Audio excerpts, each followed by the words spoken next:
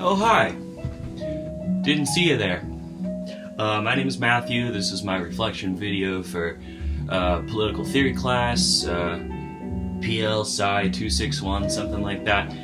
Anyway, today I am going to be talking about things I learned in the class, things I enjoyed, ways I've been able to apply my knowledge to the real world, opinions that I've had that have changed, new opinions that I've been able to foster. Yeah, gonna go over a number of different things. One of the really cool things about the class was the way we would go over pretty basic concepts that I felt like a lot of people knew about, like feminism and intersectionality and all these things that the kids really like. But then we also went over things like, the history of political parties, which is not something I'd ever learned about before. We all know about the current state of, liberals and conservatives and everything up and down and in between and all the crazy fringe stuff. But I never knew the history of that, so I thought that was really cool. Getting really into John Locke especially, I think the stuff he talks about is really insightful and super influential, obviously. Anyway, one of my favorite things we learned about was prostitution, if it should be legalized. I thought the video that we were shown was really great. It was cool to be shown how that goes into feminism, especially the way that the people who get in trouble are in fact the sex workers rather than, the people who are paying the sex workers and making this something you can make money off of. In my opinion, it would be the men who, end up going down the tubes.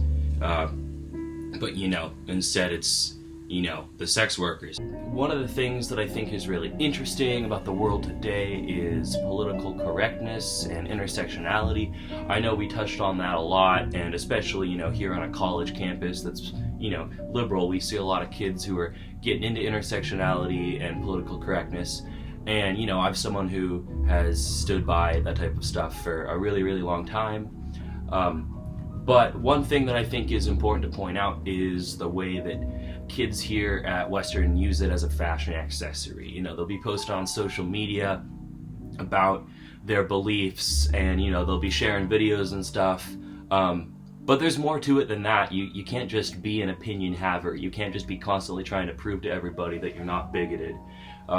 You actually have to go out in the world and attempt to change things. And I think that's a really scary part of the political climate today, is the way it's all fashion accessory. The connection to the class was, we were talking about capitalism, and I almost feel like a form of social capitalism is being formed on college campuses. If you know the right lingo, if you say the right things, it's like you're a rich person. But if you're a disadvantaged person who, maybe grew up in an area where linguistics like this were not emphasized, you could have an opinion that people would say was wrong or, morally not correct and get eaten alive even if you have really good intentions. So that was a really interesting connection to capitalism that I think is super prevalent here at our university and that in a lot of other places too. Let's see. Oh yeah, I'm pretty white, 75% white. One of the things that I often forget to realize that we were learning about is, the racial social contract. There's a lot of stuff that I don't notice because, I'm white passing, that I would notice if I were not white, that a lot of my friends who are not white notice all the time, especially on a liberal white campus like this, despite all those social binaries we've set up and all these language you can use to be, not bigoted. There's still all these microaggressions and things that people look over. And yeah, I think at the core of all that is, in the end, white supremacy. I have my own beliefs about how capitalism is directly linked to white supremacy because of how society as we know it was essentially set up by white Westerners.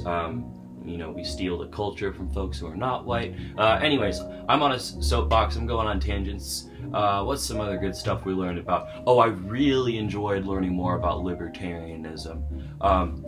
I think libertarianism is hilarious and kind of unrealistic, but I thought it was cool to learn the advantages and the disadvantages. The most important thing I learned in this class was that all these different ideologies have different strengths and weaknesses. None of them are perfect whatsoever. It's just water. I was actually lying about what the most important thing I learned was, now that I think about it.